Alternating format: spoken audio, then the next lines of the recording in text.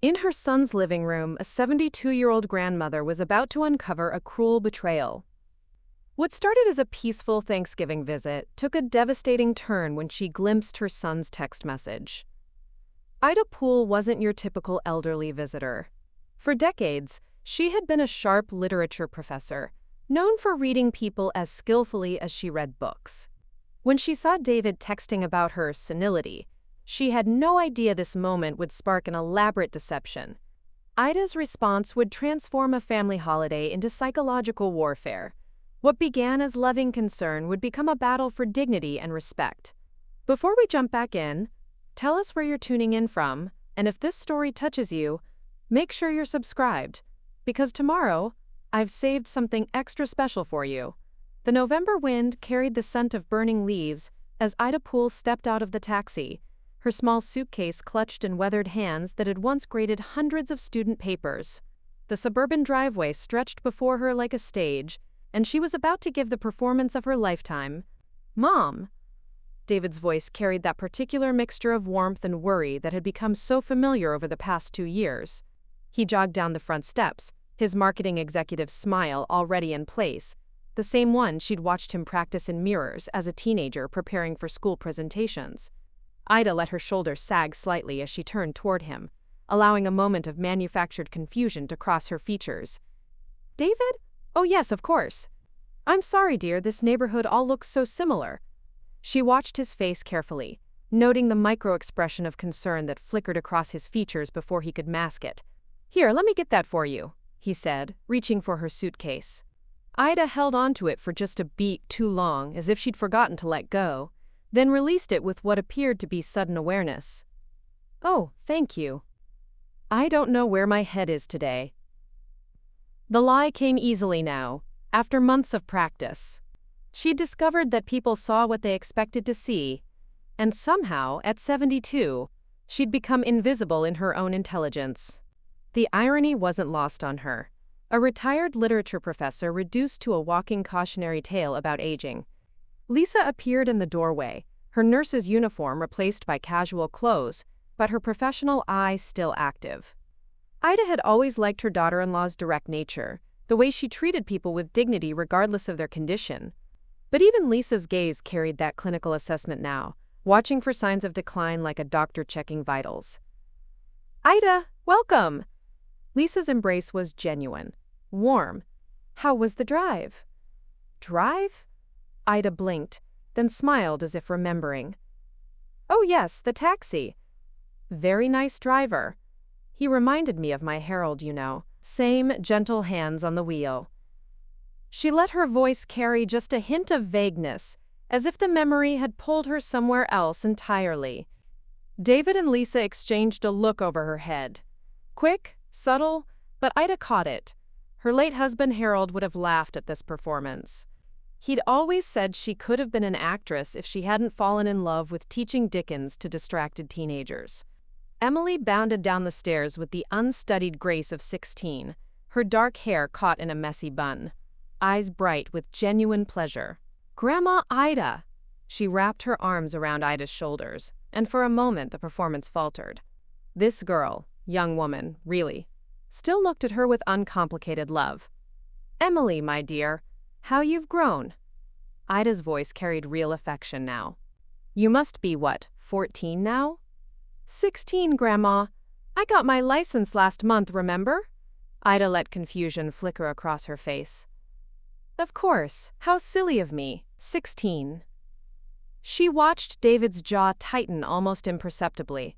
Points scored.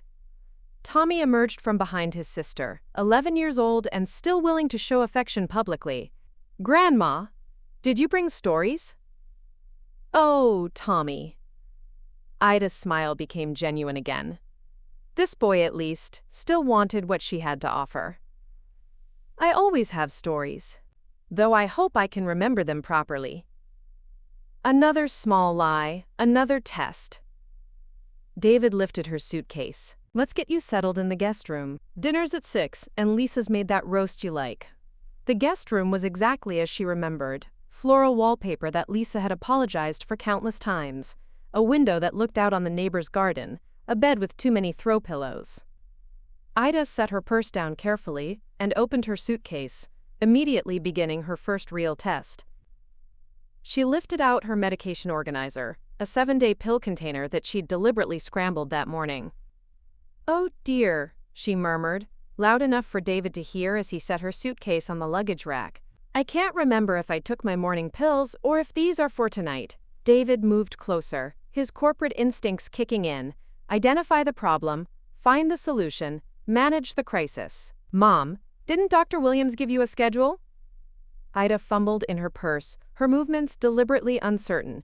In truth, she could recite her medication schedule backwards. Her mind was as sharp as it had ever been, possibly sharper now that she wasn't spending mental energy on department meetings and tenure reviews. But David didn't need to know that. Not yet. "I'm sure she did, dear. It's here somewhere." She pulled out a crumpled piece of paper, her grocery list actually, and frowned at it. "This doesn't look right." She watched David's face carefully. There it was. That flash of irritation quickly suppressed, followed by guilt over the irritation. He was a good man, her son. That's what made this so painful. He loved her. But he was already tired of her. "It's okay, Mom. Lisa can help you figure it out. She's good with medications." 20 minutes later, seated around the dining room table, Ida continued her careful performance. The pot roast was perfect, as always. Lisa had a gift for creating warmth through food, but Ida barely tasted it. She was too busy orchestrating her symphony of small confusions. "This is delicious, Lisa. You always were such a wonderful cook." She paused, fork halfway to her mouth. "You do work in food service, don't you? Or am I thinking of someone else?" Lisa's smile remained steady, but Ida caught the slight tightening around her eyes. "I'm a nurse, Ida. Part-time at Valley General." "Of course a nurse. How could I forget?" Ida shook her head as if disappointed in herself. In truth, she was proud of Lisa's work, had been the one to encourage her to return to school when the children were young. But tonight, Lisa's profession was just another fact to pretend to misremember. David cleared his throat. "Mom, you remember Emily's school play next month, right? You said you wanted to come." Ida blinked slowly, as if trying to retrieve a distant memory. "Play? What play is that, dear?" "Grandma, I told you about it last week when you called.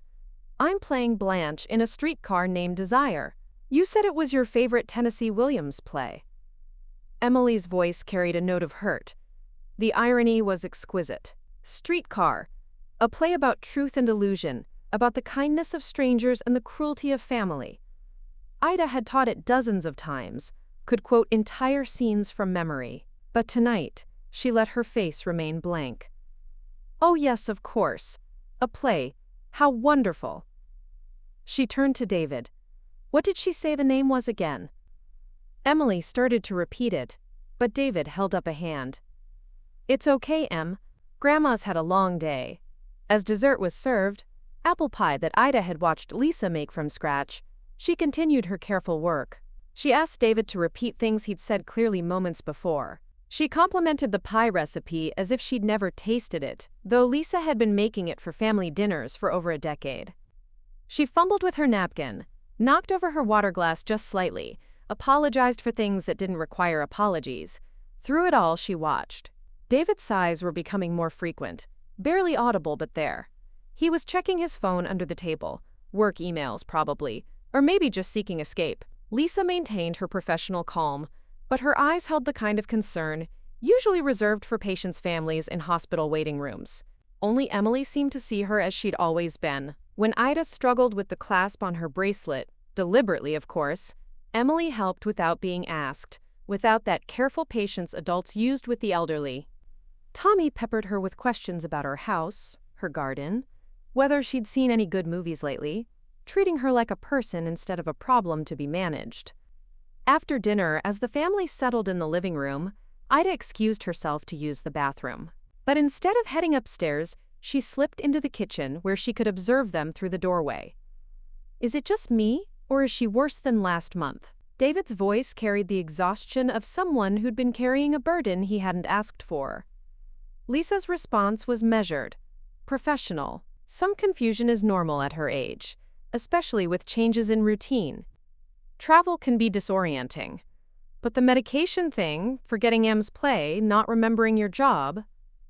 David ran his hands through his hair. Maybe we should talk to Dr. Williams.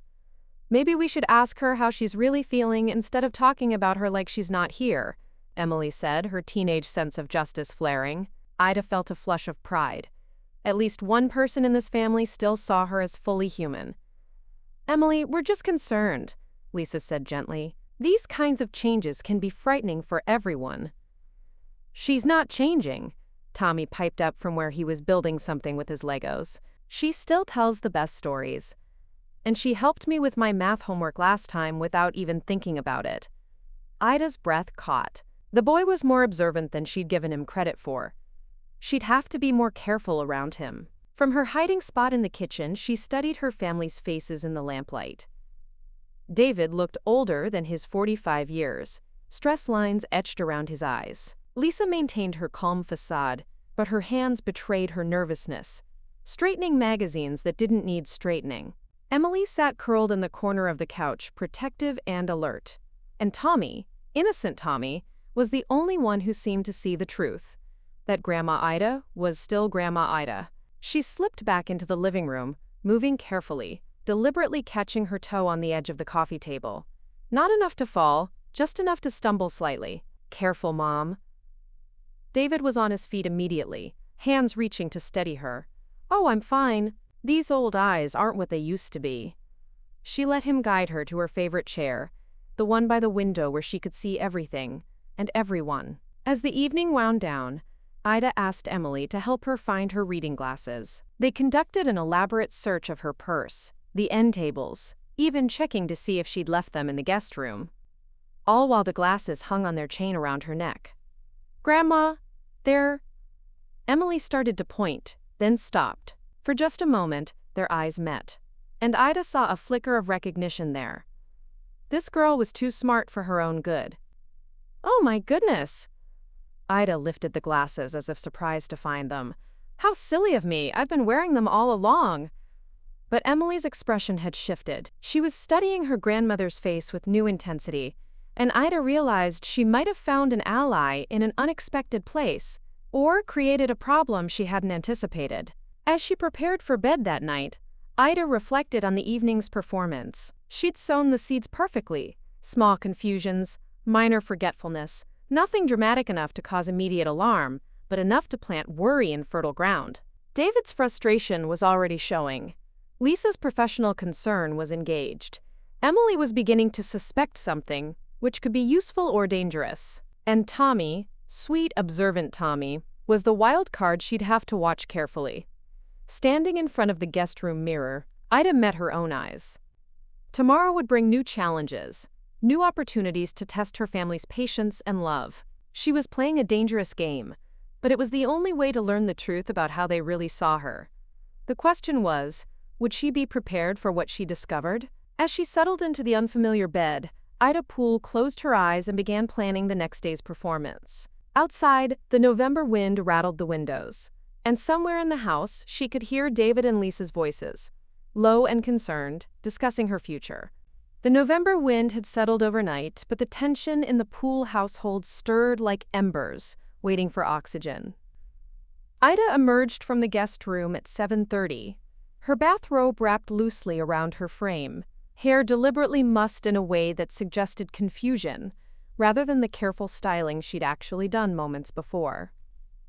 She paused in the hallway, studying the family photos that lined the walls with the intensity of a scholar examining ancient texts. Here was David's high school graduation, Lisa in her nursing school whites, Emily's first day of kindergarten. A family history written in frozen moments, and she was becoming the footnote they'd rather forget. The kitchen hummed with morning chaos. David stood at the counter, his laptop open beside his coffee mug, already fielding work emails on Thanksgiving morning. His shoulders carried the rigid posture of a man perpetually braced for the next crisis. Lisa moved between the refrigerator and counter with practiced efficiency, her hands already deep in turkey preparation, though dinner wasn't until 4. "Good morning," Ida announced, her voice carrying just enough uncertainty to suggest she wasn't entirely sure where she was. She shuffled toward the coffee maker, deliberately bumping her hip against the kitchen island. "Morning, Mom." David didn't look up from his screen. "Sleep okay?" "I think so." Ida paused, as if the question required careful consideration. "What time is it?" "It feels very early." She squinted at the digital clock on the microwave, though her vision was perfectly clear. 7:30, Lisa said, glancing up from the turkey she was seasoning. "The same time you always get up when you stay here." Ida blinked slowly, allowing confusion to cloud her features. "Do I? I don't remember that." She turned to David. "What day is it again, dear?" His fingers stopped typing. The pause lasted exactly 3 seconds. She counted, before he looked up with that carefully controlled expression she was learning to recognize. Patience layered over frustration, love struggling against exasperation. "Thursday, Mom. Thanksgiving." "Oh yes, Thanksgiving." "Of course." Ida moved toward the coffee maker with deliberate uncertainty, reaching for a mug from the cabinet. She let her hand hover over several options before selecting one, then stood staring at the coffee maker as if it were a puzzle she couldn't solve. Lisa dried her hands and approached. "Here, let me help you with that."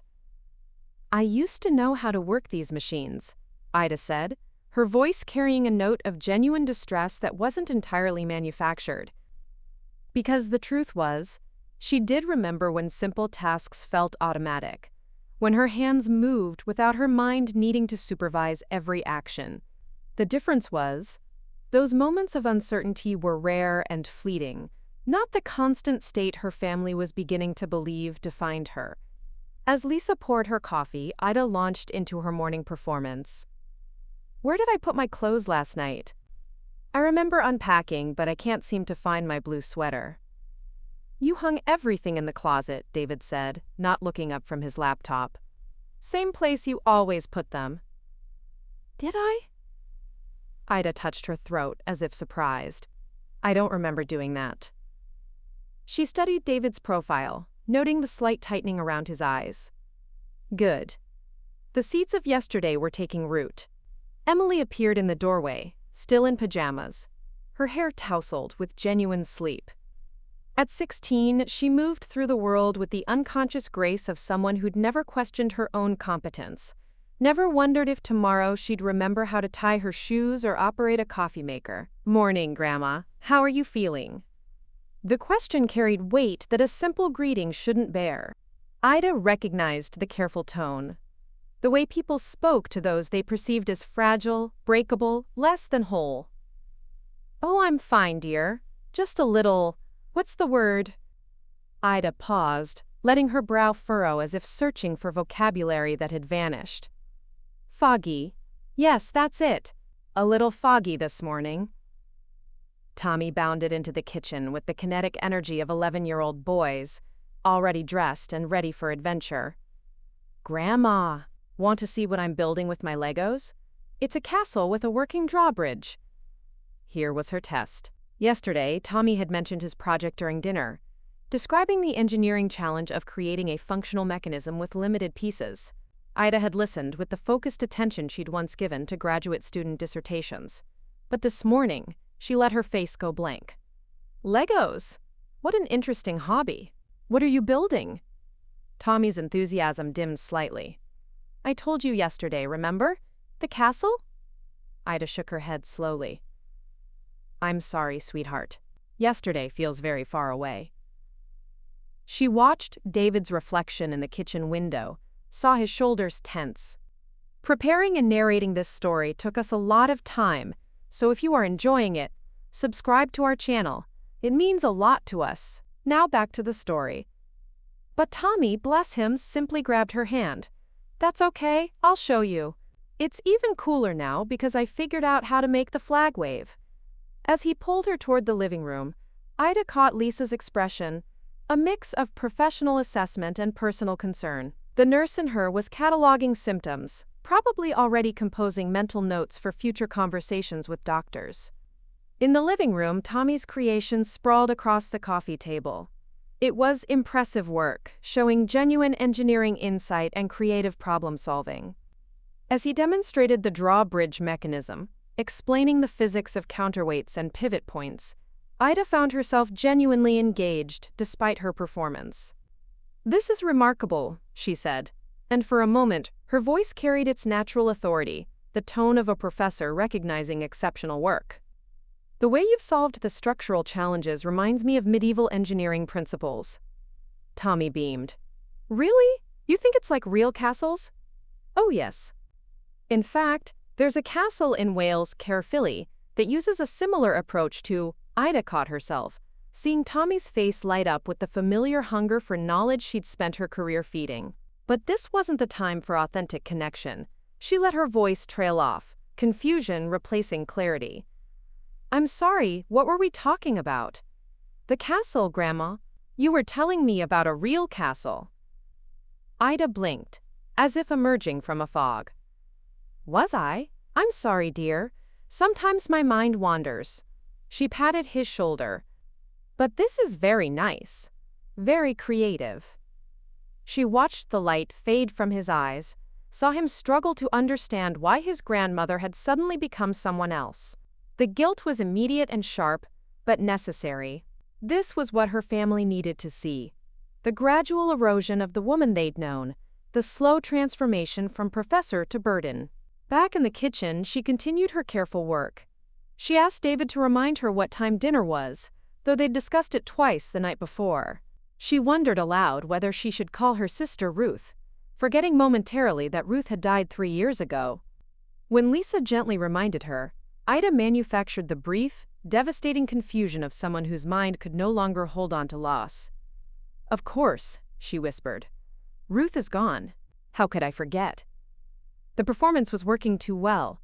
She could see it in the way David's typing became more aggressive, in the set of Lisa's shoulders as she worked. They were beginning to see her as she'd feared they did, not as a woman who'd lived a full, complex life, but as a problem requiring management. At 10 o'clock, David's phone rang. Ida was sitting at the kitchen table, ostensibly reading the newspaper, but actually watching her family navigate around her presence like she was a piece of fragile furniture. "Hey, Janet," David answered, stepping toward the window for privacy he thought she couldn't reach. But Ida's hearing was excellent, and her sister-in-law's voice carried clearly through the phone. More importantly, David's responses painted a picture she'd been dreading but expecting. "Yeah, it's definitely getting worse," David said, his voice lowered but not enough. Yesterday she couldn't remember Lisa's job, and this morning she asked what day it was 3 times. Ida's hands tightened on the newspaper, but she kept her expression neutral, her body language suggesting someone only half aware of her surroundings. "I know we talked about this before, but I think we need to seriously consider options. She can't keep living alone if—" His voice dropped further and Ida strained to hear. "Memory care? I don't know. Maybe start with assisted living and see how she adjusts." The words hit her like physical blows. Memory care, assisted living. They were discussing dismantling her life, removing her autonomy, reducing her to a medical condition that required institutional management, all based on a performance she'd crafted to test their love and patience. She thought of her garden, barely dormant now but ready for spring's resurrection. Her books, thousands of them, each one a conversation with minds across centuries. Her independence, hard-won and carefully maintained since Harold's death. They were planning to take it all away because she'd convinced them she was disappearing. The irony was exquisite and terrible. In trying to test whether they saw her as a whole person, she'd proved that they saw her as a problem to be solved. David ended the call and returned to his laptop, but his movements carried new purpose. He was researching, planning, managing the crisis of her existence. Lisa continued her turkey preparation, but her glances toward Ida had shifted from concern to something approaching clinical detachment. Only Emily seemed unchanged, settling beside her grandmother with a plate of toast and jam. "Want to share? Mom made strawberry jam last weekend." For a moment, Ida almost dropped her facade. Emily's presence was an anchor to her authentic self, a reminder that she was still capable of connection, still worthy of uncomplicated affection. But the game had its own momentum now. That's very sweet of you, dear. Ida took a piece of toast with hands that trembled just slightly, not from age or confusion, but from the weight of what she was discovering about her family's love. You remind me of someone, but I can't quite remember who. Emily's face fell. I remind you of yourself, Grandma. You always said I had your stubborn streak and your love of books. Did I say that? Ida let wonder creep into her voice. How nice. You do seem like a lovely girl.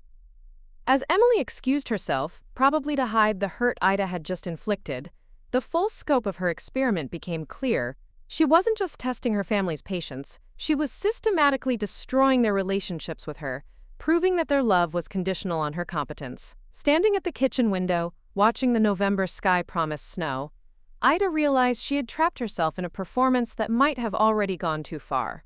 David's phone call had revealed the truth she'd been seeking, but it was worse than she'd imagined. They weren't just growing impatient with her aging, they were actively planning to manage her out of her own life. The question now wasn't whether she should continue the deception, but whether she could find a way to stop it before it consumed everything she'd spent 72 years building. Outside, the wind picked up again, rattling windows and scattering the last stubborn leaves from their branches. Change was coming, whether she was ready or not. Part 3. The Text Message Discovery. By afternoon, the house had transformed into a symphony of preparation. The turkey's aroma filled every corner while relatives began arriving in waves of laughter and overlapping conversations. Ida positioned herself in David's leather recliner, the one that faced the kitchen and living room, giving her a clear view of the family's choreographed chaos. She let her eyelids droop, cultivating the appearance of an elderly woman dozing fitfully in her chair. But beneath her seemingly peaceful exterior, every sense remained razor-sharp, cataloging the conversations swirling around her, the glances exchanged when family members thought she wasn't watching. David sat on the couch nearby, his phone perpetually in hand, even during family gatherings. The blue light reflected off his reading glasses as his thumbs moved with practiced efficiency across the screen. To any observer, he appeared to be checking work emails or scrolling through social media, the modern man's refuge from overwhelming social obligations. But Ida had positioned herself perfectly. From her angle, slightly behind and to his left, she could see his phone screen with crystal clarity. She watched him open his text messages, scroll past work contacts and family group chats until he reached Lisa's name. His fingers hesitated for a moment, then began typing with the deliberate intensity of someone crafting words they didn't want overheard. She's too senile to remember we talked about this last week. We need to discuss her living situation after the weekend. The words appeared on the screen with brutal clarity, each letter a small knife cutting away at the foundation of trust she'd spent decades building with her son. Ida's breath caught, a barely audible sound lost in the dinner preparations, but she maintained her drowsy facade even as her world tilted on its axis. David stared at the message for several seconds before hitting send. Then, as if compelled by guilt, he glanced toward her chair. Ida kept her breathing steady, her face slack with manufactured sleep, but inside, her mind reeled from the devastating confirmation of her worst fears. The cruelty wasn't in the practical discussion of her future. She'd expected that conversation eventually. It was in the dismissive terminology, the reduction of her entire existence to a medical condition that absolved him of treating her like a person worthy of inclusion in decisions about her own life. Too senile to remember. Those 4 words contained everything she'd feared about aging in a society that equated worth with cognitive sharpness. But they also revealed something else. David's relief at having an excuse to stop seeing her as his mother and start treating her as an obligation to be managed. Ida excused herself from the gathering relatives, with the practiced frailty of someone who'd perfected the art of invisible retreat. I think I need to rest a bit before dinner, she announced to no one in particular, her voice carrying just the right note of elderly confusion mixed with exhaustion. Lisa looked up from arranging cheese and crackers. Of course, Ida. You must be tired from all the excitement. The word excitement hung in the air like a bitter joke. Excitement was discovering your son's true feelings through a text message meant for his wife. Excitement was realizing that the family you'd devoted your life to saw you as nothing more than a problem requiring professional management. Ida shuffled down the hallway, her gait deliberately uncertain, one hand trailing along the wall for support she didn't need. Behind her, she could hear the resumed conversations, the laughter that came easier when the burden of her presence was temporarily removed.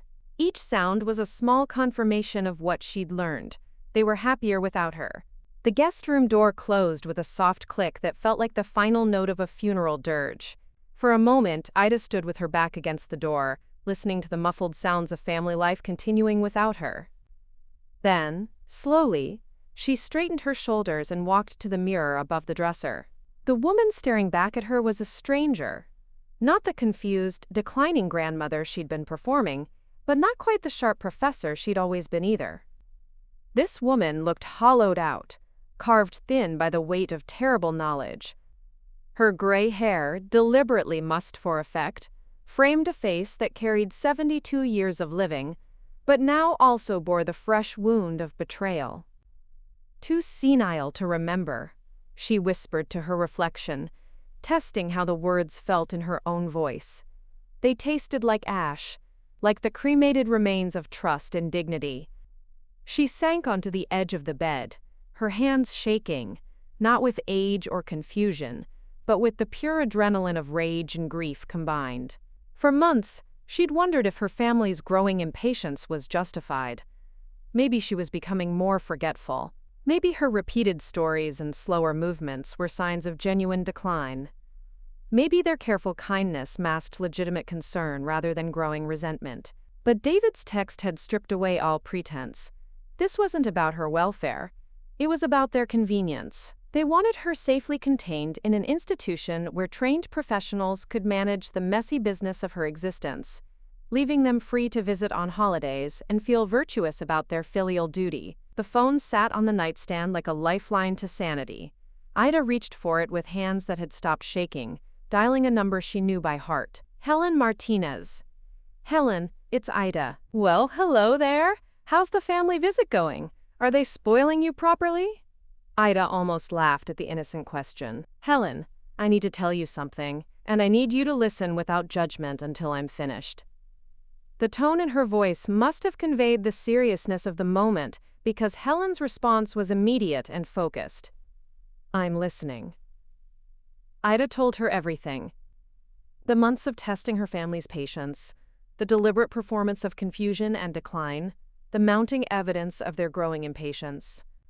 And finally, the devastating discovery of David's text message, the casual dismissal of her mental capacity, the plans being made without her knowledge or consent. The silence that followed stretched long enough for Ida to wonder if the call had dropped. Then Helen's voice came through, tight with fury. "That son of a bitch." "Helen!" "No, Ida, that's what he is. You raised him, loved him, put him through college, and this is how he repays you? By treating you like a broken appliance that needs professional repair?" The validation felt like water in a desert. For weeks, Ida had wondered if she was being too sensitive, if her expectations of respect and inclusion were unrealistic for a woman her age. Helen's outrage confirmed what her heart had known. She deserved better.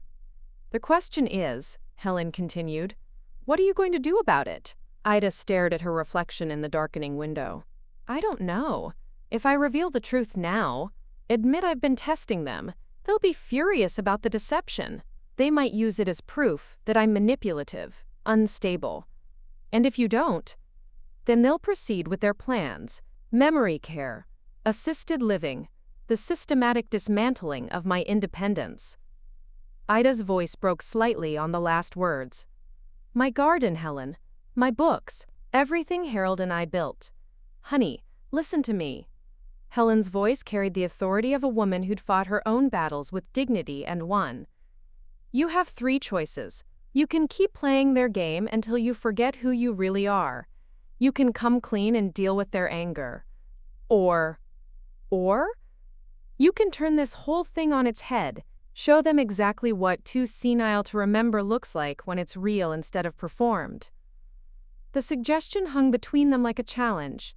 Ida understood immediately what Helen meant. Escalate the performance to the point where it became impossible to ignore. Force them to confront the reality of what they claim to want. "That's dangerous, Helen. What if I go too far? What if I can't find my way back? What if you're already too far gone to matter? Helen's words were gentle but uncompromising. Ida, you're one of the sharpest people I know.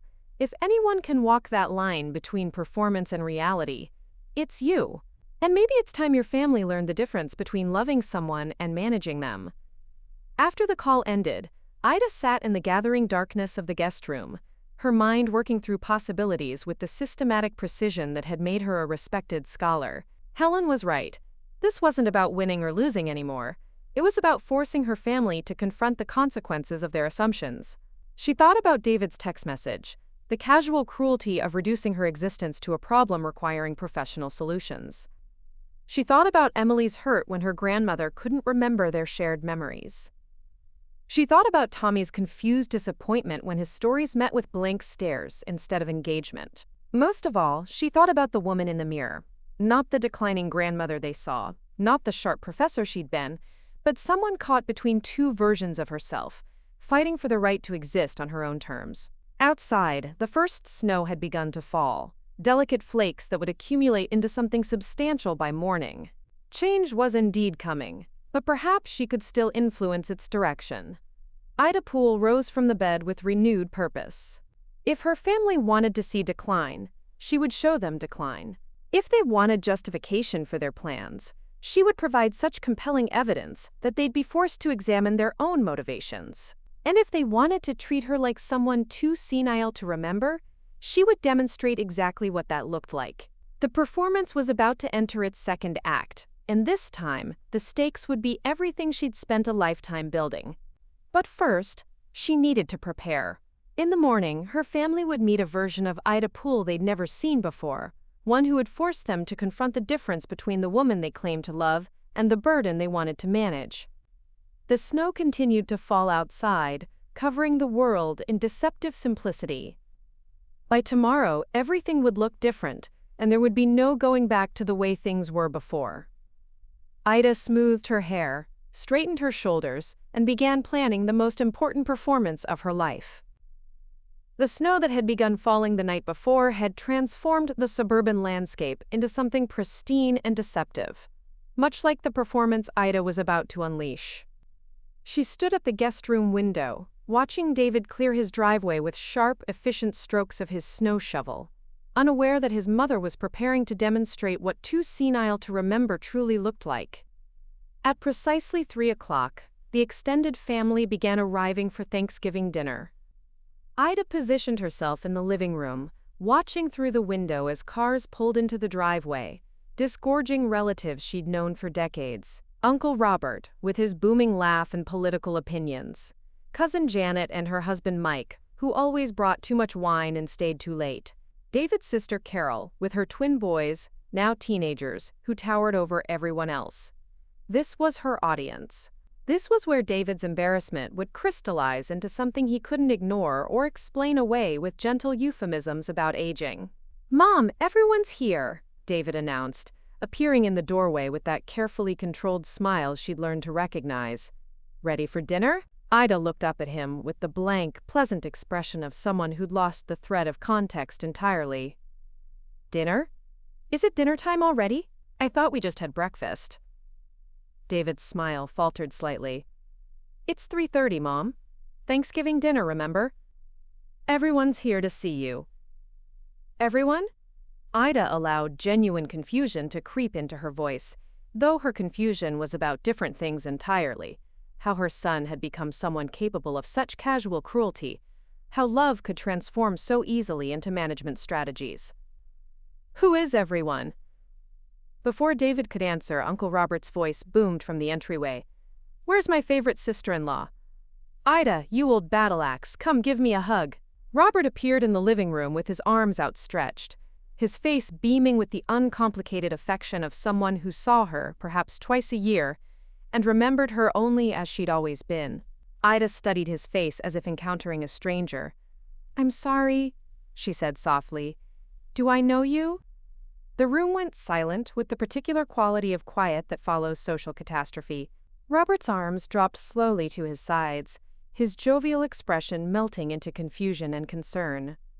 "Ida, it's Robert. Harold's brother. We've known each other for 40 years.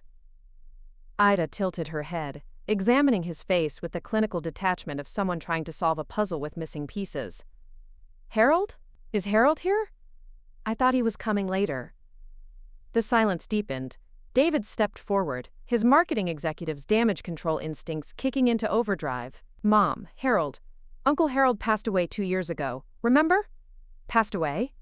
Ida's voice carried the devastating confusion of fresh grief encountering old loss. When? Why didn't anyone tell me? I should have been at the funeral.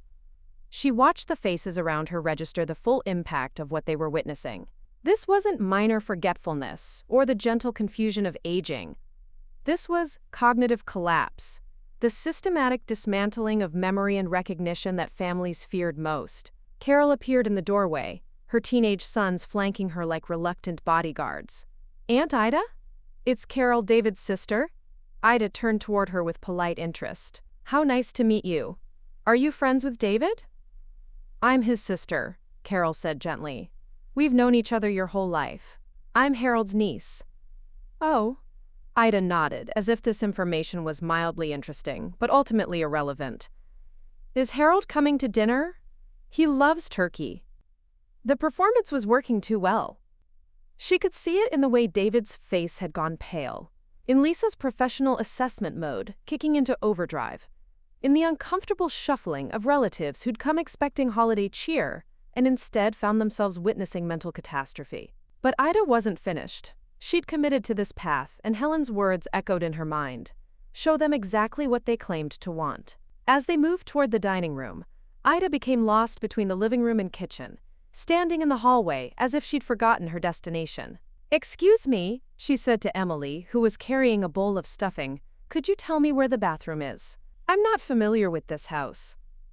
Emily's face crumpled with the particular pain of watching someone you love disappear before your eyes. Grandma, you've been staying here. It's the same bathroom you used this morning. I'm staying here. Ida looked around with bewildered interest. How kind of these people. Though I should probably call my family and let them know where I am. They'll be worried. David reached for his phone, his fingers moving with the urgent efficiency of someone calling for professional help. But Lisa caught his arm, her nurse's training, recognizing the signs of what she believed was rapid cognitive decline. David, we need to call Dr. Williams. This isn't normal aging. This is something else. The irony was exquisite. Lisa, with her medical expertise, was providing exactly the professional validation David needed to justify the institutional care he'd already planned. Ida had become the perfect patient, a medical emergency that required immediate intervention. At the dinner table, surrounded by family members who spoke to her in the careful tones reserved for the cognitively impaired, Ida continued her masterclass in apparent decline. She couldn't remember anyone's name, including her own grandchildren. She asked repeatedly where Harold was, growing agitated when told he wasn't coming. She needed help using her silverware and seemed confused by the concept of Thanksgiving itself. What are we celebrating? She asked Tommy, who sat beside her with tears in his 11-year-old eyes. Thanksgiving, Grandma. We always have Thanksgiving dinner together. Do we? That's nice, though I'm not sure what we're thankful for. Ida's voice carried an existential confusion that cut deeper than simple memory loss. Are you my grandson? Tommy nodded, unable to speak. You seem like a nice boy. Do you know where my real family is? I think I might be in the wrong house. The devastation was complete. Around the table, relatives exchanged glances that spoke of nursing homes and memory care units, of the tragic inevitability of aging, and the kindness of professional intervention. David's embarrassment had transformed into something approaching relief. Finally, concrete evidence that his mother needed more care than the family could provide. Only Emily seemed to see through the performance, her 16-year-old intuition picking up on inconsistencies the adults missed. When Ida couldn't remember her name, but somehow knew exactly how to fold her napkin with the precise technique she'd always used, Emily's eyes narrowed with suspicion. But it was too late for suspicion to matter. The performance had achieved its purpose. David's cruelty was now justified by medical necessity, his plans validated by witness decline, his guilt absolved by the apparent inevitability of professional care. As dinner wound down, Ida heard fragments of whispered conversations. Emergency evaluation. Memory care unit. Can't possibly live alone. Sooner rather than later. They were planning her future with the clinical efficiency of people convinced they were acting in her best interests. And perhaps they were, now that she'd convinced them she was no longer capable of acting in her own. The snow continued falling outside, covering the world in layers of beautiful deception. Inside, Ida Poole had succeeded in showing her family exactly what they thought they wanted to see. The question now was whether she could find her way back from the brink of the abyss she'd created, or if she'd trapped herself so thoroughly in this performance that it might become her reality. The morning after Thanksgiving dawned gray and unforgiving, the snow from the night before now packed into a hard shell that crunched underfoot and reflected the cold light with painful clarity. Ida lay in the guest room bed, listening to the low murmur of voices from the kitchen, David and Lisa discussing her future with the methodical efficiency of people solving a logistical problem. She'd awakened before dawn, her mind sharp and clear, the irony of her mental acuity making yesterday's performance feel like a fever dream. But the consequences were real, crystallizing with each overheard word from the kitchen conversation that would determine the rest of her life. "Dr. Williams can see her this afternoon," Lisa was saying, her voice carrying the professional authority that came from years of managing medical crises. "I told her it was urgent, rapid onset, significant disorientation, loss of recognition for family members. And what does that mean realistically?" David's question held a note of relief that made Ida's stomach clench. He wasn't asking about treatment options or recovery prospects. He was asking about timelines, about how quickly this problem could be transferred to professional management. It could be several things: stroke, medication interaction, early-stage dementia that's accelerating. But David? Lisa paused, and Ida could picture her daughter-in-law's careful expression. Whatever it is, she can't live alone anymore. Yesterday proved that. Yesterday. Ida closed her eyes, remembering the devastation on Tommy's face when she'd pretended not to know him. The way Emily's expression had shifted from hurt to suspicion. The uncomfortable silence that had settled over the dinner table like a shroud. She'd wanted to show them what too senile to remember looked like, and she'd succeeded beyond her worst nightmares. "I know," David said, and there it was, the relief she'd been dreading. "I've been thinking about this for months, but yesterday—" God, Lisa, she didn't even remember that Dad died. She kept asking when Harold was coming home. The cruelty of using her grief as evidence of incapacity wasn't lost on Ida. In her performance, she'd weaponized the most painful loss of her life, and now David was using it to justify decisions she'd never agreed to make. "I already called Sunset Manor," David continued. "They have an opening in their memory care unit next week. It's expensive, but we can sell her house to cover the costs." Her house. The home she'd shared with Harold for 30 years, where she'd planted every flower in the garden with her own hands, where thousands of books held decades of marginalia in her careful script. They were planning to sell it like any other asset, converting her life into monthly care fees. Ida's hands clenched beneath the covers, as Lisa's voice carried a note of professional caution. "David, we should at least try to include her in these decisions. Even with cognitive decline, she has rights." "Include her?" David's laugh was bitter. "Lisa, she couldn't remember who I was yesterday. She asked me 3 times if I was the mailman. How exactly do we include someone who doesn't understand what's happening to her?" The conversation continued, but Ida stopped listening. The trap she'd created was perfect in its completeness. She'd provided such compelling evidence of incapacity that any attempt to reclaim her autonomy would be seen as proof of her instability. If she suddenly recovered her memory and recognition, they'd view it as manipulation or delusion. If she maintained the performance, she'd lose everything she'd spent a lifetime building. A soft knock interrupted her spiral of panic. "Grandma?" Emily's voice was tentative, careful. "Can I come in?" Ida quickly arranged her features into the blank confusion she'd perfected, though her granddaughter's presence offered a lifeline she desperately needed. "Come in, dear." Emily entered carrying a tray with toast and tea, her movements deliberate and gentle. But her eyes held something that hadn't been there before, a sharpness that made Ida's pulse quicken. "I brought you breakfast," Emily said, settling the tray on the nightstand. "Do you remember me today?" The question was loaded with implications. Ida studied her granddaughter's face, seeing intelligence that rivaled her own at that age, perception that might have already unraveled the threads of her deception. "You're a lovely girl," Ida said carefully. "Are you one of the nurses?" Emily sat on the edge of the bed, her gaze never leaving Ida's face. "Yesterday you didn't remember me, but you folded your napkin exactly the way you taught me when I was 8. You said you didn't know where you were, but you knew exactly which bathroom to use without asking for directions." Ida's heart hammered against her ribs, but she maintained her confused expression. "I'm sorry, dear, I don't understand what you're saying. And just now, when I mentioned bringing breakfast, you looked at the tea before I even set it down.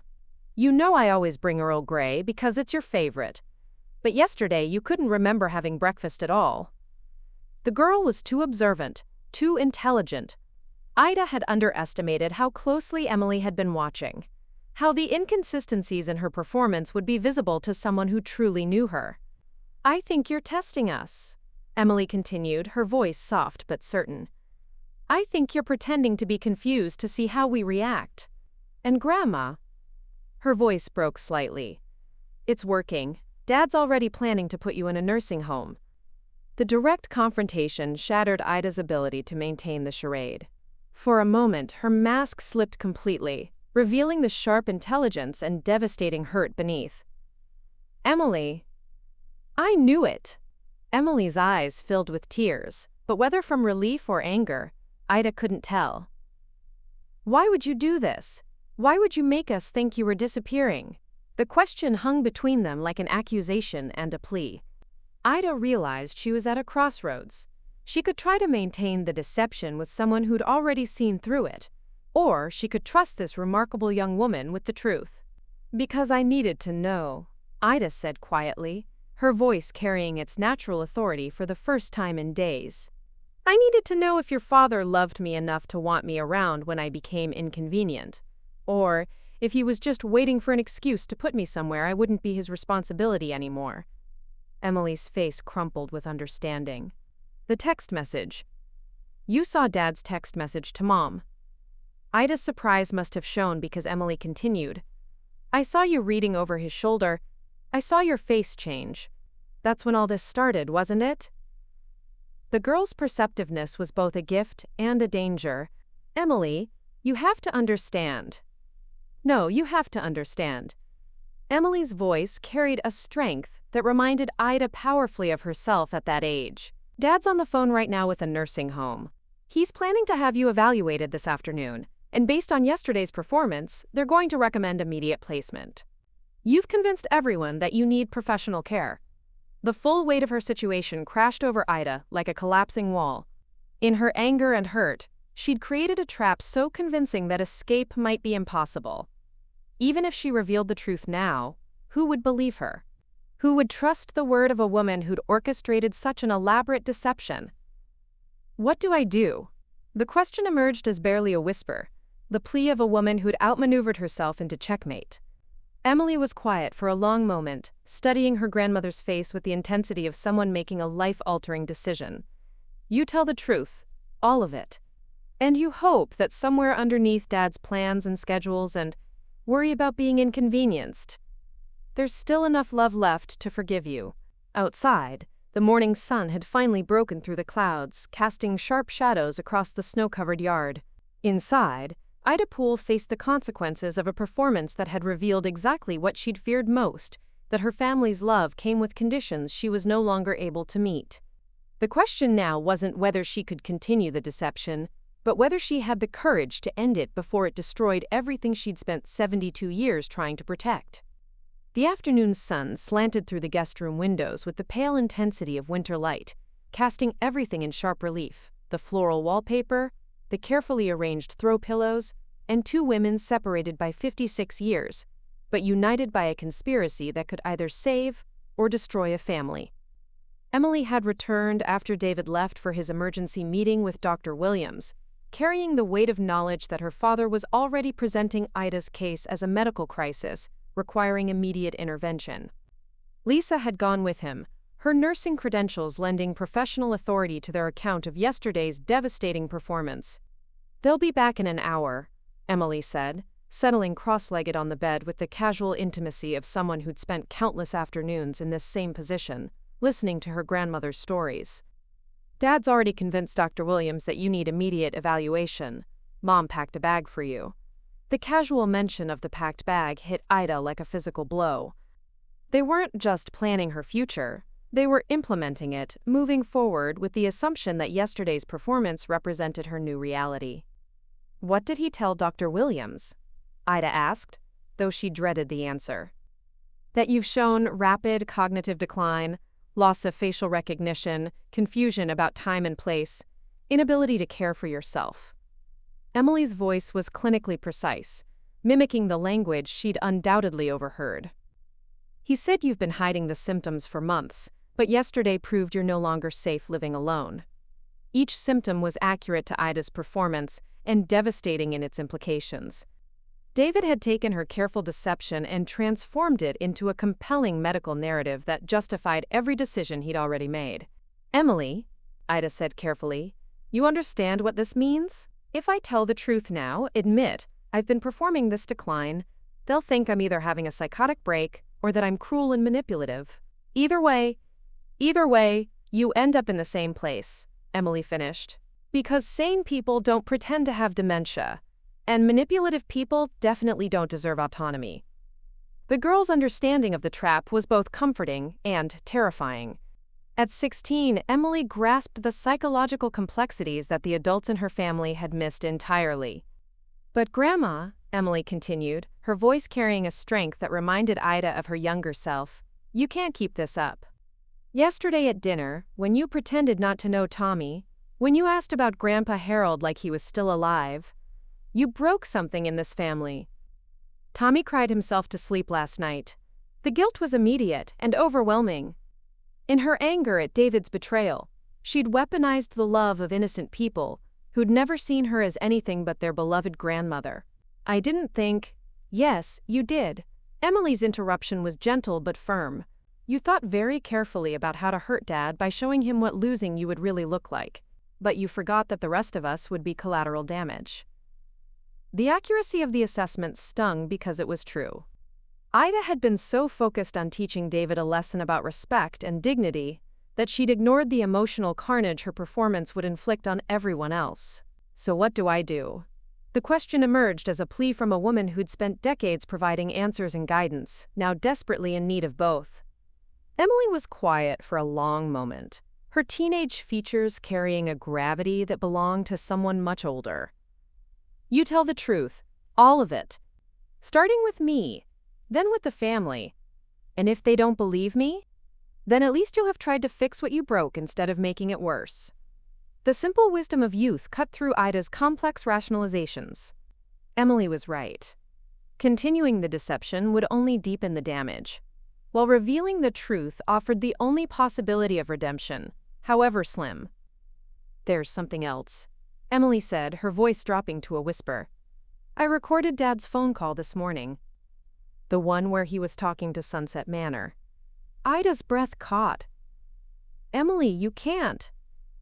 "I can, and I did. He was planning this before yesterday, Grandma. He told them he'd been researching memory care options for weeks, that he was just waiting for the right moment to move forward. Your performance didn't create his plans. It just gave him justification." The revelation confirmed Ida's worst suspicions while simultaneously validating her experiment. David's cruelty wasn't reactive. It was premeditated, carefully planned, and yesterday's events had simply provided the cover he needed. "I can prove he's been lying about this being sudden," Emily continued, "but only if you're willing to admit you've been lying too." The proposition hung between them like a fragile bridge over an abyss. Emily was offering to expose her father's deception, but only if Ida was brave enough to expose her own. "Why would you do that?" Ida asked. "Why would you betray your father for me?" Emily's answer came without hesitation. Because what he's doing is wrong, and what you did was desperate. There's a difference. The moral clarity of the statement took Ida's breath away. This remarkable young woman had dissected the complex motivations and ethical failures of the adults around her with the precision of a philosopher. Besides, Emily added with a smile that reminded Ida powerfully of her younger self, someone has to protect the family storyteller. Tommy's gonna need those castle stories when he's older. The reference to Tommy's Lego project and her own authentic engagement with it brought tears to Ida's eyes. Emily had been watching more carefully than anyone realized, cataloging not just the inconsistencies in her performance, but the moments when her true self had emerged. "What do we do first?" Ida asked, accepting Emily as her partner in this delicate reconstruction. "First, you become yourself again. Really yourself, not the performance version or the declining version, but the grandmother who taught me that intelligence without compassion is just cruelty with a college degree." The quote was Ida's own, from a conversation years earlier about dealing with difficult teachers. That Emily remembered it, treasured it enough to quote it back to her, suggested that someone in this family had been truly listening to her all along. "Then," Emily continued, "we wait for Dad and Mom to come back with their evaluation plans and their institutional solutions, and we tell them exactly what's been happening. All of it. And if they don't believe us?" Emily pulled out her phone, the recording device that held evidence of David's premeditation. "Then we prove that this family has bigger problems than one grandmother's deception." As they sat together in the afternoon light, grandmother and granddaughter united in their determination to fight for truth over convenience, Ida felt something she hadn't experienced in months. Hope.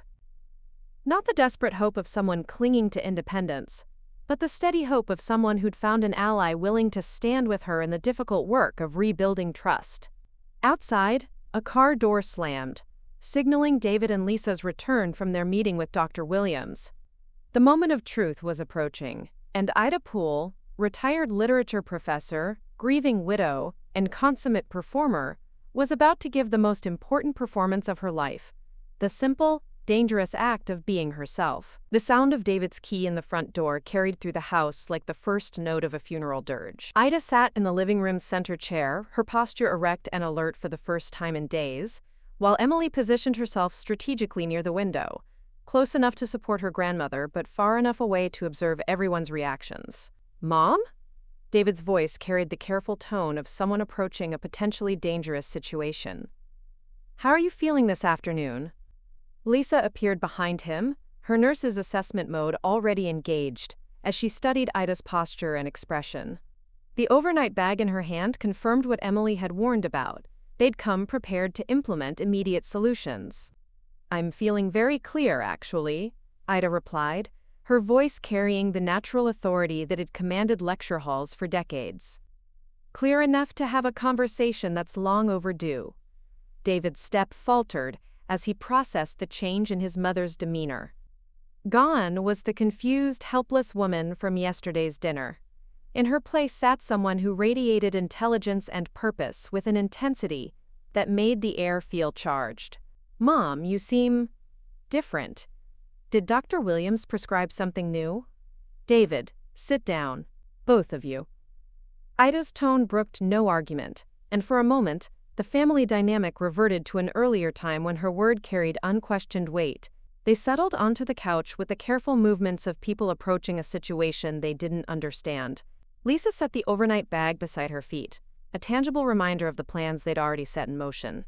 "I need to tell you something," Ida began, "and I need you to listen until I'm finished. What you witnessed yesterday, my confusion, my failure to recognize family members, my apparent cognitive decline, was a performance. The silence that followed was profound and deadly." David's face cycled through confusion, disbelief, and the dawning horror of someone realizing they'd been systematically deceived. "A performance?" Lisa's voice was carefully controlled, her professional training warring with personal betrayal. "Ida, that's not possible. The symptoms we observed were carefully crafted and deliberately executed," Ida interrupted. "I've been testing your patience, your compassion, and your respect for my autonomy. Yesterday was the culmination of weeks of investigation into how you really see me as I age." David found his voice, though it emerged as barely more than a whisper. "You've been lying to us?" "I've been revealing truth through deception," Ida corrected. "Sometimes the only way to learn what people really think is to create circumstances where they believe you can't hear their honest opinions." Emily moved closer, her presence a reminder that Ida wasn't alone in this confrontation. "Dad, she knows about your text message." The blood drained from David's face. "What text message?" Ida's voice remained steady, though each word felt like swallowing glass. "The one you sent to Lisa 2 days ago. She's too senile to remember we talked about this last week. We need to discuss her living situation after the weekend." David's mouth opened and closed soundlessly as he grappled with the implications. His private moment of frustration, his casual dismissal of her mental capacity, had been witnessed by the very person he'd insulted. "You were reading over my shoulder," he said finally, the accusation carrying a note of violated privacy that would have been laughable if it weren't so tragic. "I was sitting in the same room where my son was discussing my future as if I were already dead," Ida replied. "Tell me, David, how long have you been planning to institutionalize me?" Lisa's professional composure cracked slightly. "Ida, we're concerned about your safety, your ability to live independently. Based on what evidence?" Ida's voice sharpened with academic precision. "Before my performance began, what specific incidents suggested I needed professional care?" The question hung in the air unanswered, because they all knew the truth. There had been no incidents, no genuine cause for concern beyond the normal adjustments of aging. Emily's voice cut through the tension. "Dad, show her the Sunset Manor brochures." David's head snapped toward his daughter. "Emily, the ones you've been collecting for 2 months. The ones that were in your desk drawer before Grandma even arrived for Thanksgiving." The revelation landed like a physical blow. David had been researching institutional care long before yesterday's dramatic decline, long before any justification existed beyond his own reluctance to accept the responsibilities of an aging parent. "Is this true?" Ida's voice was quiet now, the tone of someone who'd hoped against hope that she'd been wrong about her son's motivations. David's silence was answer enough. When he finally spoke, his words carried the desperate rationalization of someone whose private thoughts had been exposed. "Mom, I was just being prepared. Planning ahead.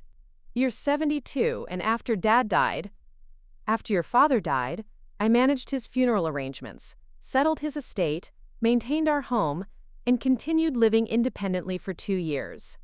Ida interrupted. "What exactly suggested I needed your preparation?" "The forgetfulness, the repeated stories, asking us to help with things you used to handle easily."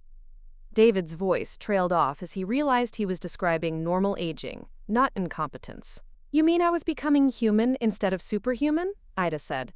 "I was showing signs of being 72 instead of 32, and that frightened you." Emily pulled out her phone, her fingers moving with deliberate purpose. "Dad, you told Dr. Williams today that Grandma's decline was sudden and unexpected, but I recorded your call to Sunset Manor this morning." David's face went ashen. "You recorded? You told them you'd been researching memory care options for weeks, that you were just waiting for the right moment to move forward." Emily's voice carried the moral authority of someone exposing injustice.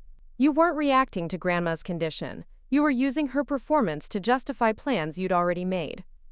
The recording played in the silence that followed, David's voice clearly explaining to the Sunset Manor administrator that he'd been planning this transition for months, that yesterday's events had simply provided the medical justification he needed. Lisa's professional composure finally cracked completely. "David, you told me this was about sudden cognitive decline. You said you were scared because the changes were so rapid." "I was scared," David said, his voice breaking with genuine emotion. "I was terrified of watching her disappear, of becoming responsible for someone who might not even remember who I am. I was scared of making the wrong decisions, of failing her the way I felt like I was already failing at everything else." The raw honesty of his fear was the first authentic thing he'd said since arriving home. Ida felt her anger waver slightly as she recognized the terror beneath his deception. Not cruelty, but the overwhelming anxiety of someone who'd watched his father decline and die, who saw his mother's aging as an inevitable march toward the same devastating loss. So instead of talking to me about your fears, Ida said gently, you decided to remove the problem by removing my autonomy. I thought it would be easier for everyone if there was a clear medical reason. Easier for you, Emily interjected, her teenage sense of justice cutting through adult rationalization. Not easier for Grandma, not easier for me and Tommy, easier for you to not feel guilty about abandoning someone who raised you. The word abandoning hung in the air like an indictment. David's face crumpled as he confronted the truth of what he'd been planning. Not care, but convenient disposal of an inconvenient responsibility. I love you, Mom, he whispered, the words carrying the desperate plea of someone who'd lost his way. I love you, and I don't know how to handle watching you age. I don't know how to be the son you need when I'm barely managing to be the father my kids need. For the first time since the confrontation began, Ida felt something other than anger and betrayal. She saw her son not as the cruel man who dismissed her as too senile to remember, but as a frightened middle-aged man overwhelmed by responsibilities he'd never learned to handle. David, she said softly, love doesn't mean managing someone's life without their consent. Love means trusting them to be part of decisions about their own future, even when those decisions might be difficult. The simple truth settled over the room like dust after an explosion, covering everything in its residue. They'd all been damaged by this weekend. David by his exposed cruelty, Lisa by her professional manipulation, Ida by her elaborate deception, and Emily by her forced maturity in exposing adult failures. The question now wasn't who had been right or wrong, but whether any of them had the courage to rebuild what had been broken with honesty instead of convenience. The aftermath of truth settled over the Poole household like nuclear fallout, invisible but toxic, contaminating every relationship it touched. In the hour following Ida's revelation, the family had scattered to different corners of the house, each member processing the wreckage of the weekend in their own way. David sat in his home office, staring at the Sunset Manor brochures Emily had forced him to confront. The glossy photographs of smiling elderly residents in sterile but cheerful environments now looked like evidence of his own moral failure. Each carefully crafted description of compassionate care and dignity in aging mocked his plans to warehouse his mother for his own convenience. His laptop screen displayed the email thread with Dr. Williams, his urgent requests for immediate evaluation, his detailed descriptions of his mother's rapid cognitive decline, his insistence that she posed a danger to herself. Reading his own words now, knowing they described a performance rather than reality, made him feel physically ill. The knock on his office door was soft but insistent. Dad? Emily's voice carried none of its earlier authority, just the tentative concern of a daughter who'd watched her father's world collapse. Come in, David said, though he didn't turn from the computer screen that documented his betrayal in digital permanence. Emily entered and settled in the chair across from his desk, the same chair where she'd sat for homework help and college planning discussions, back when he'd felt capable of guiding someone else's future. How long have you known? David asked, finally meeting his daughter's eyes. About Grandma's performance, I mean. I suspected something was wrong yesterday at dinner. The inconsistencies were too obvious once you started looking for them. Emily's voice was careful, choosing words that wouldn't inflict additional damage. But I didn't understand why until I saw your text message. David's shame deepened. You saw that too? Grandma left her phone unlocked, and the message thread was open. I wasn't snooping, Dad, but it was right there. And after seeing her reaction, Emily paused, gathering courage for honesty. It made me realize that maybe she had reasons for what she was doing. The gentle condemnation was somehow worse than Emily's earlier anger. His 16-year-old daughter was trying to spare his feelings while explaining how she'd lost respect for him, and her kindness only amplified his guilt. I failed her, David said, the admission emerging like a confession. I failed both of you. I was supposed to protect this family, and instead I was planning to abandon the woman who raised me. You weren't planning to abandon her, Emily corrected, though her tone suggested the distinction was minimal. You were planning to transfer responsibility for her to people who'd be paid to care. The accuracy of the assessment cut deep.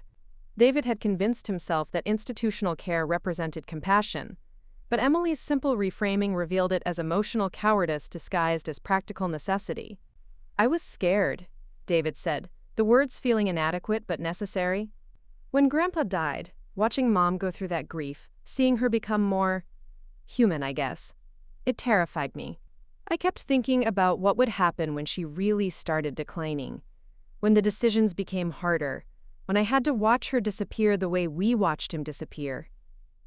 Emily's expression softened slightly. "So you decided to make the hard decisions now, while you could still convince yourself they were for her own good?" "Something like that." David's voice was barely audible.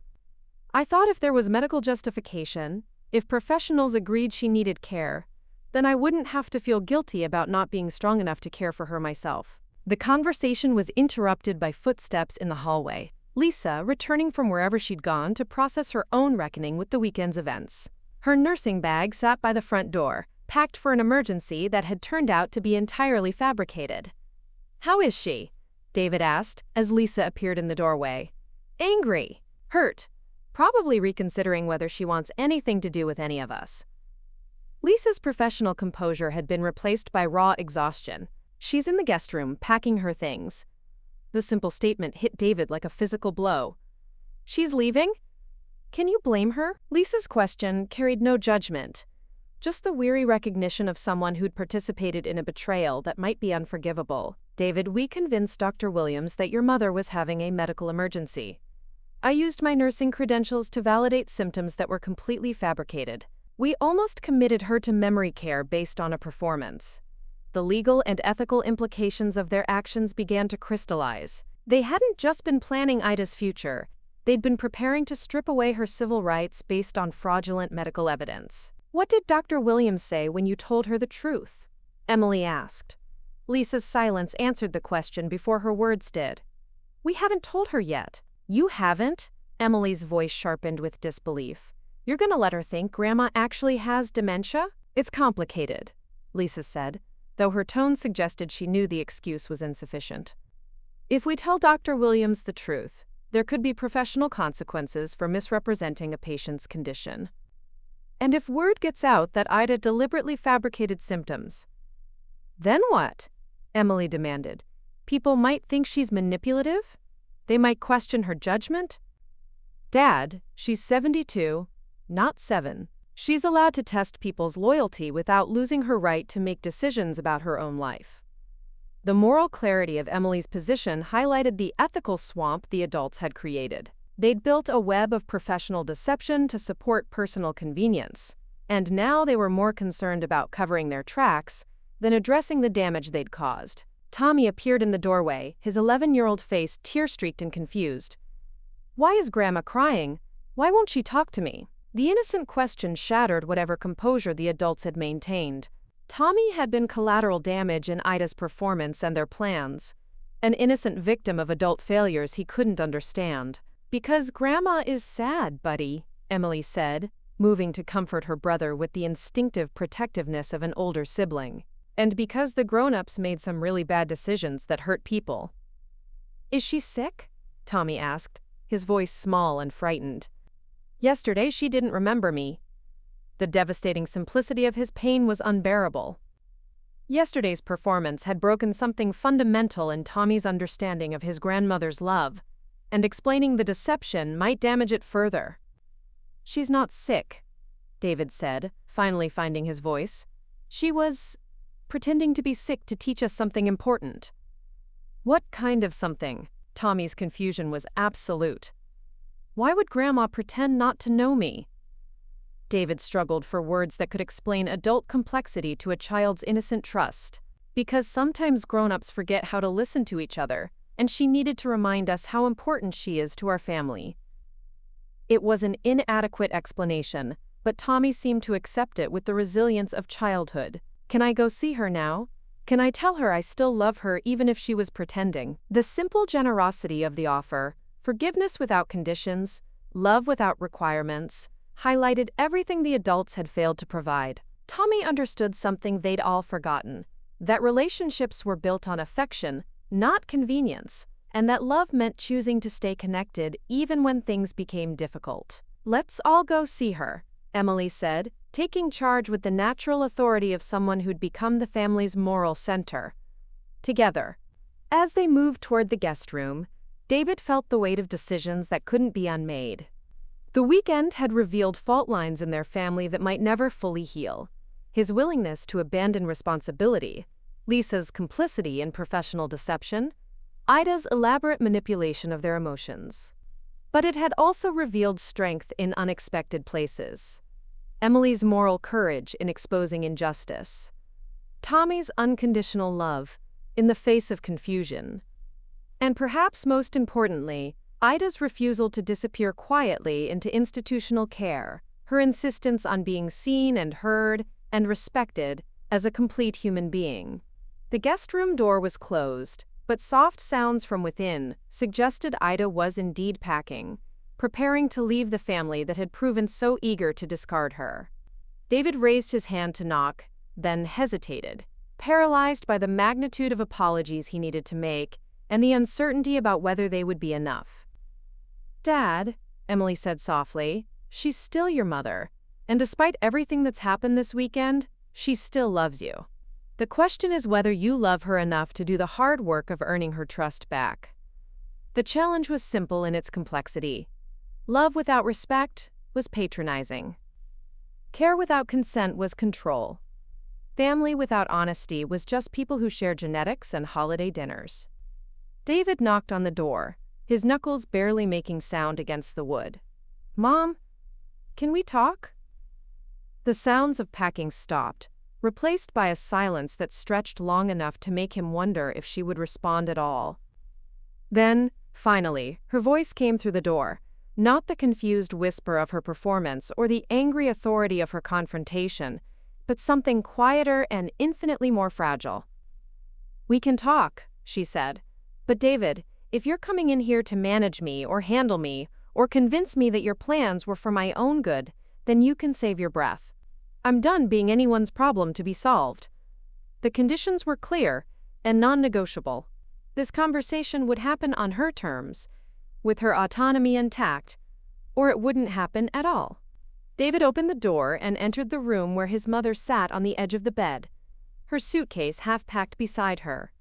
She looked smaller than he remembered, but not diminished, concentrated perhaps into the essential core of who she'd always been beneath the roles of wife and mother and professor. "I don't know how to apologize for this weekend," David began, his voice carrying the uncertainty of someone who'd lost his way and was trying to find it again. "Then don't apologize," Ida replied. "Apologizing implies you understand what you did wrong, and I'm not sure you do yet." The response forced David to confront the difference between regret over consequences and genuine understanding of his failures. "Then help me understand." For the first time since the confrontation began, Ida's expression softened slightly. "Sit down, David, all of you. And listen, not like you're managing a crisis, but like you're trying to understand someone you claim to love." As the family settled around the room, David and Lisa on chairs pulled from the desk, Emily and Tommy on the floor, Ida began the most important lesson she'd ever taught: how to love someone without trying to control them, how to honor family without sacrificing individual dignity, and how to face the future together instead of planning it in secret. The conversation that followed would determine whether this family could rebuild itself on a foundation of honest respect, or whether the weekend's revelations had damaged their relationships beyond repair. But for the first time in days, they were all present, not performing, not managing, not deceiving, just sitting together in the difficult truth of who they really were. A week later, Ida stood in her own kitchen, watching the November light filter through windows she'd cleaned herself that morning. The familiar weight of her coffee mug, the comfortable arrangement of books on every available surface, the garden visible through glass that overlooked dormant flower beds. Everything was exactly as she'd left it, yet fundamentally different. The taxi ride home from David's house had been silent, heavy with the weight of conversations that had stretched deep into the night. By dawn, they'd reached an understanding that felt fragile but genuine, a tentative agreement to rebuild their relationships on foundations of honesty rather than convenience. The doorbell's chime interrupted her morning reflection. Through the front window, she could see David's car in the driveway, Emily visible in the passenger seat. They'd come, as promised, to continue the difficult work of reconstruction. "Mom." David's greeting was careful, respectful, the tone of someone who'd learned the difference between love and management. "How are you settling back in?" "It's good to be home," Ida replied, stepping aside to let them enter. The simple statement carried weight beyond its words, an affirmation of her right to choose where and how she lived. Emily appeared in the doorway carrying a familiar overnight bag. "I brought your things that got left behind, including the medications you didn't actually need help organizing." The gentle teasing was a good sign, suggesting that Emily had found a way to forgive the deception while acknowledging its necessity. Ida had been particularly concerned about her granddaughter's ability to trust again after being forced into the role of adult mediator. They settled in the living room, the same space where Ida had entertained doubts about her family's love just a week earlier. Now the familiar furniture felt like neutral ground, where they could attempt to rebuild what had been damaged. "I called Dr. Williams yesterday," David said, his voice carrying the weight of someone doing necessary but difficult work. "I told her the truth about your performance, about my motivations, about all of it." Ida studied her son's face, looking for signs of the resentment she'd feared might emerge once his initial guilt faded. Instead, she saw something that looked like relief. How did she respond? "She was professionally concerned about the implications of my deception. But she said something interesting." David paused, choosing his words carefully. "She said that in 30 years of practice, she'd never seen anyone go to such elaborate lengths to test their family's love, unless they had serious reasons to doubt it." The doctor's assessment was both validating and heartbreaking. Ida's performance had been extreme, but it had emerged from legitimate fears about how aging had changed her family's perception of her worth. "She wants to see you," David continued. "Not for evaluation, but to discuss what she called, quote, dignity planning. Advanced directives that focus on your values and preferences rather than just medical interventions." The concept was exactly what Ida had been fighting for: inclusion in decisions about her own future, respect for her autonomy even as her needs might change. That David was suggesting it represented a fundamental shift in his understanding of her rights. "There's something else," Emily said, pulling out her phone. "I've been researching family communication strategies, and I found this program called Aging in Place. It's not about managing elderly family members. It's about supporting them to live independently as long as they choose to." The initiative represented Emily's characteristic approach to problems: research-based, practical, and focused on empowerment rather than control. That she'd taken the initiative to find resources suggested her commitment to preventing future family crises. "What would that look like practically?" Ida asked, genuinely curious about solutions that honored her autonomy. David answered, his response clearly rehearsed but sincere. "Regular family meetings, where we discuss your needs and preferences. Home safety modifications that you choose and approve. Support systems that supplement your independence rather than replacing it." The distinction between supplement and replacement was crucial. Ida could accept help with tasks that became difficult while maintaining control over the decisions that shaped her daily life. "And if I do start experiencing genuine cognitive decline?" Ida asked the question they'd all been avoiding. "What happens when the performance becomes reality?" The silence that followed was thoughtful rather than uncomfortable. David was clearly grappling with fears that hadn't disappeared just because his mother's recent confusion had been fabricated. "Then we deal with it together," Emily said, her voice carrying the steady confidence of someone who'd thought carefully about the future. "With your input, your preferences, your values guiding every decision. Even if I can't remember having those conversations?" Ida pressed. "Especially then," David said, and his voice carried a new understanding. "Mom, what I learned this week is that respecting someone doesn't depend on their current capacity. It depends on honoring who they've always been." The insight represented a fundamental shift in David's thinking. Previously, he'd viewed aging as a process of diminishment that eventually justified overriding his mother's autonomy. Now he seemed to understand that dignity was inherent, not conditional on cognitive performance. Tommy's voice called from the kitchen, where he'd apparently been exploring while the adults talked. "Grandma, your cookie jar is empty." The observation prompted genuine laughter, the first uncomplicated joy they'd shared since before Thanksgiving. Tommy appeared in the doorway with the ceramic container that had been a fixture of Ida's kitchen for decades. "We'll have to fix that," Ida said, standing with the decisive energy of someone reclaiming her domestic authority. "Emily, do you remember the recipe for those ginger snaps you used to help me make? The ones with the extra cinnamon that Dad always said were too spicy?" "Exactly those ones."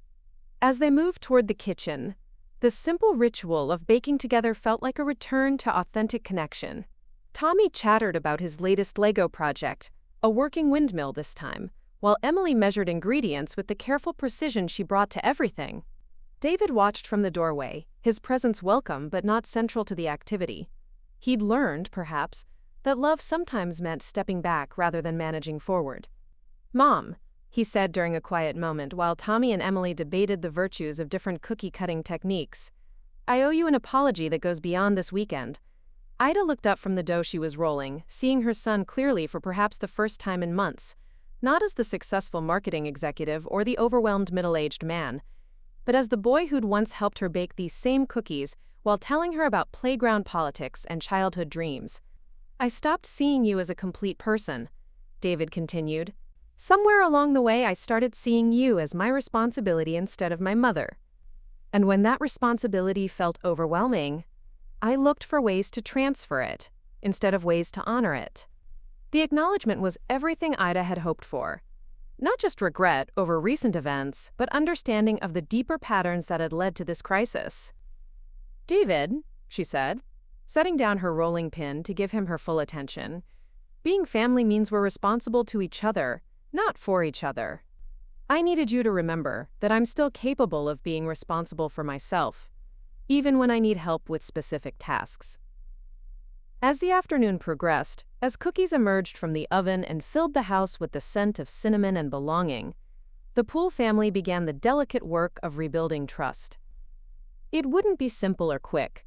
The wounds from the weekend went deep, and the fears that had created them hadn't disappeared entirely.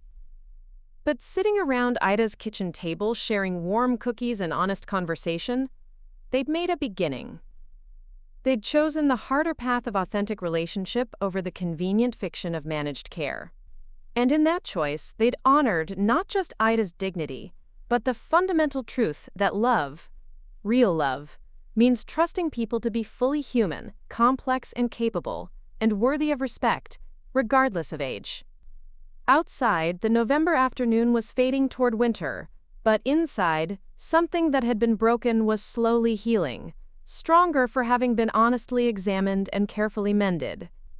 Up next, you've got two more standout stories right on your screen. If this one hit the mark, you won't want to pass these up.